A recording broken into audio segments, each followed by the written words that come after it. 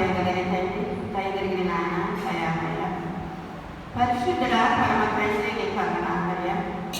నీకు స్తుతులు నా ప్రభా, స్తుతులపై ఆశ్రయమైన దేవా, నీకు వందనాలు.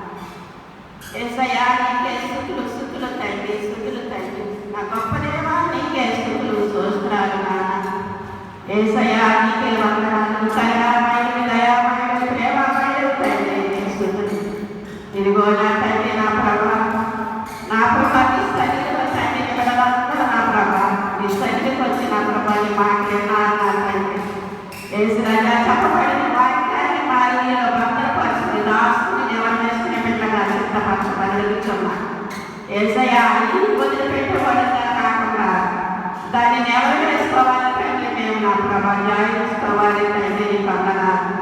గొప్ప దేవుడు నా ప్రభా, యేసయ్యా, మేకల్ని గొర్రెల్ని ఏం చేసినట్టు నా ప్రభా అయ్యా, నాకు మేము గొర్రెలుగా మమ్మల్ని సిద్ధపాటు చేయమని అడుగుతున్నాను తండ్రి. నీతి మంతులు నా తండ్రి, పద్ధతి వాసన చెప్పాడు తండ్రి, నీ వందనాలు. పరిశుద్ధాత్మడా, నీకే స్థితులు, సురస్త్రాలు కాదు.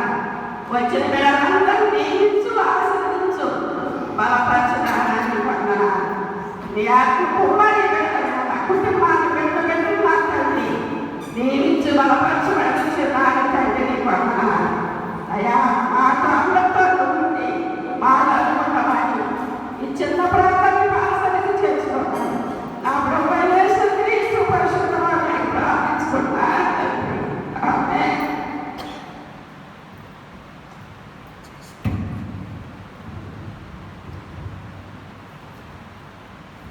దేవునికి మహిమ కలుగుగాక. ఈరోజు ప్రభు బలారాధన కనుక నెలలో మొదటి ఆదివారం ప్రభు బలారాధన, ప్రభు వల్ల మనం చేయాల్సినటువంటి దినం కనుక కొద్దిసేపు బలారాధన గురించి నేను 5-10 నిమిషాల్లో కొన్ని మాటలు చెప్పి కార్యక్రమంలో మనం వెళ్దాము. యోహాను సువార్త 6వ అధ్యాయము 53 నుంచి 58 వచ్చిన వరకు ఉన్నటువంటి చదువుకొని అక్కడటువంటి వాటి అర్థాన్ని మనం గ్రహిద్దాము. ఆ తర్వాత మనము ప్రభు వలలో చేయమని నేను ప్రేరేపించబడతా ఉన్నాను. కావున యేసు ఇట్లనెను, మీరు మనుష్య కుమారుని శరీరము తిని ఆయన రక్తము త్రాగితేనే కానీ మీలో మీరు జీవము కలవారు కారు. నా శరీరము తిని నా రక్తము త్రాగువాడే నిత్య జీవము గలవాడు. అంత్య దినమున నేను వారిని ఎరుగుదును. నా శరీరము నిజమైన ఆహారము, నా రక్తము నిజమైన పానమే ఉన్నది. నా శరీరము తిని నా రక్తము త్రాగువాడు నా యందును నేను వాని యందును నిలిచియుందుము. జీవము గల తండ్రి నన్ను పంపెను కనుక నేను తండ్రి మూలముగా జీవించుచున్నట్టే నన్ను సిలువారులు నా మూలముగా జీవించును. ఇదే పరలోకము నుండి దిగివచ్చిన ఆహారము. పితరులు మన్నాను తిని చనిపోయినట్టు కాదు, ఈ ఆహారము తినివాడు ఎల్లప్పుడూ జీవించునని నిశ్చయముగా మీతో చెప్పుచున్నాను. ఆయన కపెర్నహూములో బోధించుచు సమాజ మందిరములలో ఈ మాటలు చెప్పారు. ప్రియమైనటువంటి దేవుని సంగమా, ఈ మాటలు ఎవరి గురించి మాటలు ఉన్నాయి అంటే యేసుక్రీస్తును తమ సొంత రక్షకునిగా స్వీకరించినటువంటి వారి గురించి. ఎవరైతే యేసును నిజరక్షకునిగా దేవునిగా తమ హృదయాల్లోనికి స్వీకరిస్తారో, బాప్తిస్మం పొందుట ద్వారా యేసుక్రీస్తు యొక్క రక్తంలో వారి పాపాలను ఎవరైతే కడుక్కుంటారో, ఆ రక్షించబడినటువంటి ప్రతి ఒక్కరూ చేయాల్సినటువంటి అతి ముఖ్యమైనటువంటి పని. బాప్తిస్మం ప్రతి ఒక్కరూ పొందాలి అన్నది దేవుని ఆజ్ఞ. బాప్తిస్మం పొందినటువంటి ప్రతి ఒక్కరూ బలలో చేయి వేయాలి అన్నది కూడా ప్రాముఖ్యమైన ఆజ్ఞ. ఇది బాప్తిస్మం పొందిన వారు మాత్రమే సంబంధించినది, రక్షణ పొందినటువంటి వారు. అయితే ఒక్కసారి బాప్తిస్మం ద్వారా యేసుని హృదయంలోనికి ఆహ్వానించి మీరు లోకం దృష్టిలో క్రైస్తవులుగా పిలువబడుతున్న తర్వాత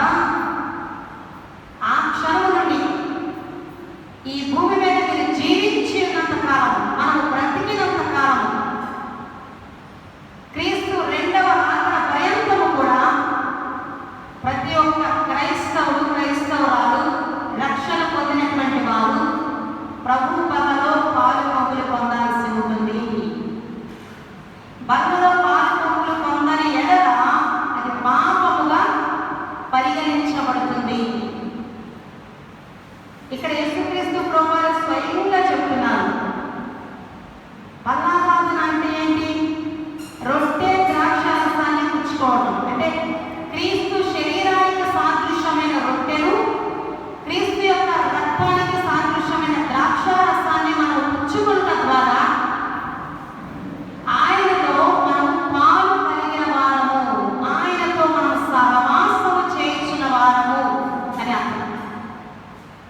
చాలా మంది బాప్తిసం పొందిన తర్వాత బలారాధన విషయంలో అంత సీరియస్గా తీసుకోరు. కానీ సీరియస్గా తీసుకోవాల్సిన విషయం రక్షించబడిన తర్వాత ఇదే. ఎవరైతే పదలో చేయలేకుండా నిర్లక్ష్యం చేస్తారో అటువంటి వారు దేవుడితో సహవాసంలో కట్టయిపోయినట్టే.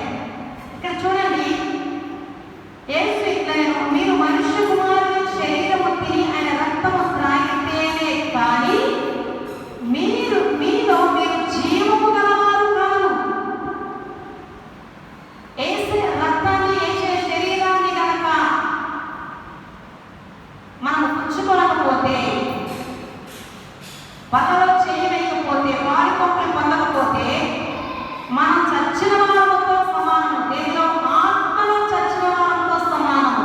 మన ఆత్మ జీవించి ఉండాలి అంటే మాత్రము ఆయన రక్తమైన శరీరాన్ని మనము పుచ్చుకోవాల్సింది.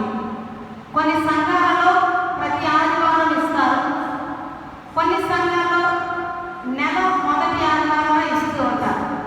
దేవుడు వారికి నడిపింపు ఇచ్చినప్పుడు. అయితే మన వెనుకల సంఘంలో ఎప్పుడెప్పుడు ఈ బలారాధన కార్యక్రమాలు జరుగుతూ ఉంటాయో ఖచ్చితంగా సిద్ధపడి వెళ్ళి మరి బలలో చేయవేయాల్సిందే. భయపడుతూ ఉంటారు. భయపడాల్సిన విషయం ఇది కానే కాదు. బాప్తిసం పొందడానికి అసలు భయం లేదు. పాపం గురించి విడుదల, శాపం గురించి విడుదల, రక్షణలోనికి, విమోచనలోనికి, పరలోక రాజ్యం అడుగు పెట్టడానికి ఒక అర్హతను సంపాదించేది బాప్తిసం. అయితే బాప్తిసం పొందిన తర్వాత యేసయ్య కుమార్తెగా పిలువబడ్డాక అక్కడి నుంచి యేసయ్యతో పాటు సహవాసంలో కొనసాగటమే బలారాధన యొక్క ప్రాముఖ్యత. అస్సలు ఆపకూడదు. ఆ బలారాధన తీసుకుంటే ఏమేమో అయిపోతాయి. అసలు ఈ భయాలు, ఈ భ్రమలు అన్ని కూడా కట్టిపడేసేయండి. బలలో పాలు పొందాలి అనుకునేటువంటి ఉండే తెలియజేస్తారు కదా, ఆ లోపే మన సన్నిధికి సిద్ధపడి వెళ్ళాలి. తెలుసో తెలియక చేసిన పాపములను ఒప్పుకొని సరి చేసుకొని వెళ్ళి ఆయన శరీరాన్ని, ఆయన రక్తాన్ని పుచ్చుకొనుట ద్వారా ఆయన దేని నిమిత్తం శిలువలో మరణించి తన శరీరము దున్నబడిందో, ఆయన రక్తము చిందించబడిందో ఆ శక్తి, ఆ జీవము మనలో ప్రసరిస్తూ ఉంటాయి. ఆయనతో దృఢమైన సహవాసములో కొనసాగుతాము. ఆయన జీవము మనలో ప్రసరిస్తుంది, ఆయన శక్తి మనలో కనబడుతుంది. అంటే ఇంకా ఎక్కడైతే తెలియజేస్తున్నారంటే నా శరీరము తిని నా రక్తము త్రాగువాడే నిత్య జీవము గలవాడు. పగలో చేయలేకపోయినా ఎక్కడ బ్రతికే ఉండొచ్చు, హాయిగా ఉండొచ్చు. కానీ ఆత్మలో చనిపోయిన వారితో దేవుని సహవాసము కట్టైన వారితో సమానము. అంతేకాదు, ఈ బలారాధనలో పాల్గొనడం లేకపోతే, యేసు యొక్క రక్తాన్ని, శరీరాన్ని పుచ్చుకోలేకపోతే అంట నిత్య జీవమైన అంటున్నాడు ఆయన. అంత్యత్వమును మీద వారిని లేపుదును. ఎవరిని లేపుతాడంట దేవుడు? ఎవరైతే బాప్తిసం పొంది రక్షించబడి ఆ దినం నుంచి ఈ లోకంలో మరణించేటంత వరకు, లేదా యేసే రాకడ పర్యంతం బ్రతుకుంటే అప్పటి వరకు కూడా ఆయన రక్తాన్ని, ఆయన శరీరాన్ని పుచ్చుకుంటూ కొనసాగుతారో వారికంట అంత్య దినాన లేపుతాడంట. వారికి నిత్య జీవాన్ని ప్రసాదిస్తాడు. ఈ లోకంలో ఆయన రక్తాన్ని, శరీరాన్ని పుచ్చుకొని ఆయన చిత్తానుసారంగా మరణించినప్పటికీ అంత్య దినాన యేసే రెండవ రాకడలో ఆయన జ్ఞాపకం ఉంచుకొని లేపుతాడు. ఆరోగ్యమైన శక్తిని ప్రసాదిస్తాడు. మరణ యుగయుగాలు ఆయనతో పాటు జీవించేటువంటి తీసుకొని పోతారు. ఇంకా రాయబడినమాట, నా శరీరము నిజమైన ఆహారము, నా రక్తము నిజమైన పానమైనది. నా శరీరము తిని నా రక్తము త్రాగువాడు నా యందును నేను వాని యందును నిలిచి ఉండును. ఆహా, ఇది యోహాను సువార్త 15వ అధ్యాయం మొదటి నుంచి చూస్తే 5వ వచనంలో కూడా మనం అంటారు కదా, నా యందు నిలిచి ఉండి. ఎవరు నా యందు నిలిచి ఉంటారో నేను కూడా వాని యందు నిలిచి ఉంటాను. ఎవరైతే ఆయన రక్తమును ఆయన శరీరాన్ని క్రమము పుచ్చుకుంటారో ఆయన యందు వారు నిలిచి ఉన్నట్లు, ఆయన యందు ఎవరైతే నిలిచి ఉంటారో ఆయన వారి యందు నిలిచి ఫలింపజేస్తాడు. హల్లెలూయా. ఆత్మలో ఫలించాలంటే బలాలు చాలా ప్రాముఖ్యమైనది. ఈ బలాలకు వచ్చే ముందే మనము బలహీనము, శారీరకమైన అనేక లోపాలతో ఉంటాము. అయితే వాటన్నిటికీ యేసే పాదాల దగ్గర ఒప్పేసుకొని క్షమించమని బతికులాడుకొని ధైర్యంగా ఆయన కృపాస్థలం యొద్దకు వచ్చి ఆయన శరీరాన్ని రక్తంలో పాలు పొందుకోవాలి. భయపడాల్సిన విషయం కానే కాదు, సంతోషించాల్సిన విషయము. ఆయనలో నిలిచి ఉండడానికి పని చేస్తున్నాము.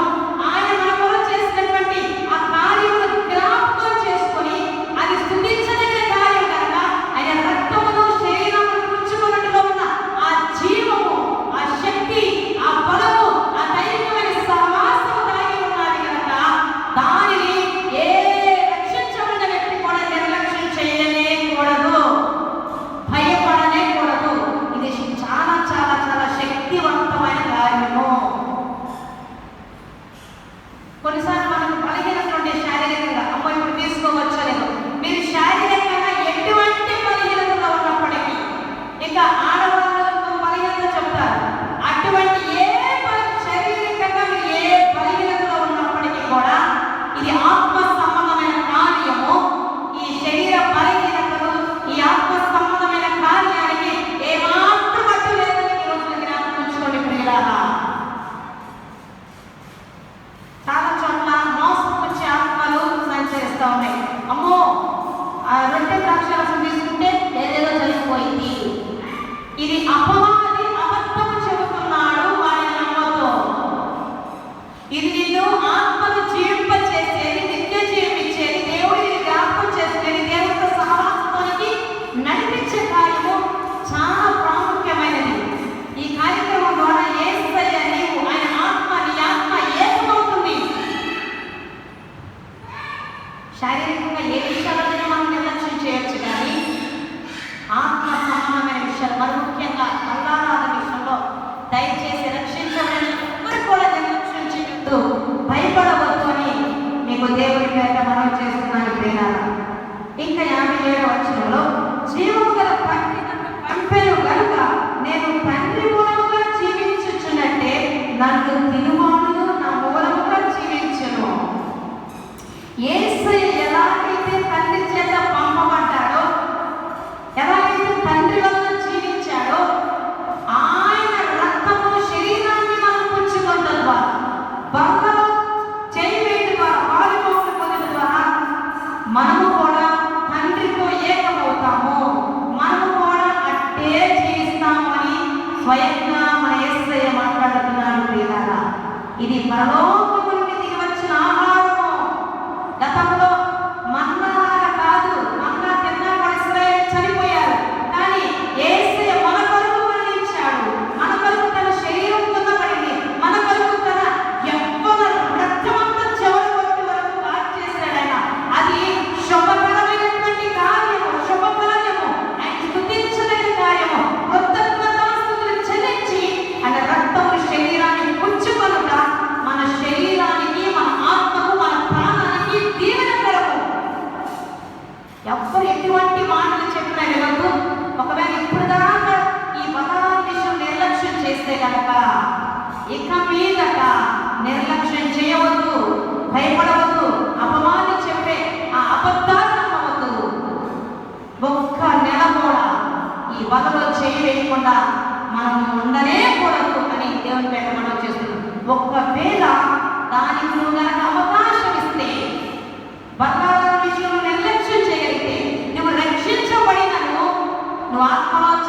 అంటే నీలో ఆయన నివసించడు, నీతో పాటు కలిసి ఉన్నాడు, ఆయన నీతో సహవాసము చేయలేడు.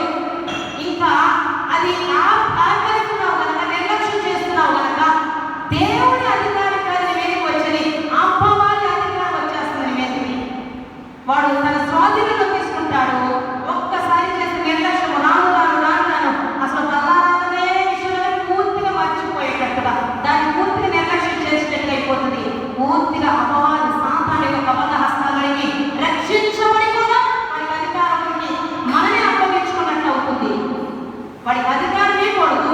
దేవుని మనం నిలిచి ఉండాలంటే, ఆయన మన నిలిచి ఉండాలంటే, ఆయనతో సహవాసం మనం బ్రతికినంత కాలం ఉండాలంటే, మనం ఆత్మలో ఫలించే వాళ్ళగా జీవము కలిగిన వాళ్ళగా ఉండాలంటే, అంచె దినాలను లేపగలిగిన స్థితిలో ఉండాలి అనంటే, మనం బ్రతికున్నంత కాలము రక్షించబడిన వారముగా వాళ్ళలో చేయి వేయాల్సిందే. ఇది దీవెనకరమైన విషయము, సంతోషించదగిన విషయము. ఏ హాని కలగదు. సిద్ధపడి రండి, సరి చేసుకొని రండి, ఏ భయాన్ని పెట్టుకోవద్దని మీకు దేవుడి పేరున నేను మనం చేస్తున్నాను. ఈ ఆహ్లాదము తిరివాడు ఎల్లప్పుడూ జీవించినని నిశ్చయంగా మీతో చెప్పుచున్నాను. ఇది స్వయంగా యేసుక్రీస్తు ప్రభువారు పలికిన మాటలు. ఆయన జ్ఞాపకం చేసుకుంటూ, ఆయన మన కొరకు చేసిన త్యాగాన్ని జ్ఞాపకం చేసుకుంటూ, శ్రమలను జ్ఞాపకం చేసుకుంటూ, మా కొరకు ఎంత గొప్ప త్యాగం చేస్తూ మమ్మల్ని రక్షించడానికి, మాకు నిత్య జీవం ఇవ్వడానికి ప్రభువా అని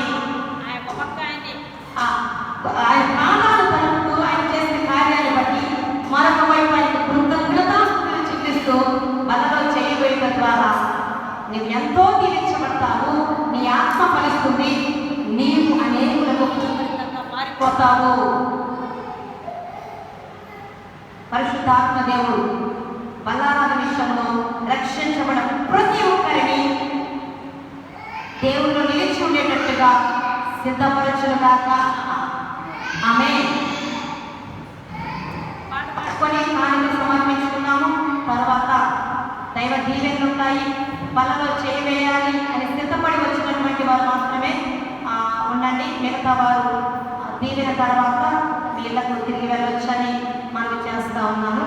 వచ్చే ఆదివారం యథావిధిగా ఆదివారం సాయంత్రం 7 గంటలకు ఆరాధన ప్రారంభమవుతుంది. చిన్న పాట పాడుకుంటూ ఉండగా మనం సమర్పించుకున్నాం. పరలో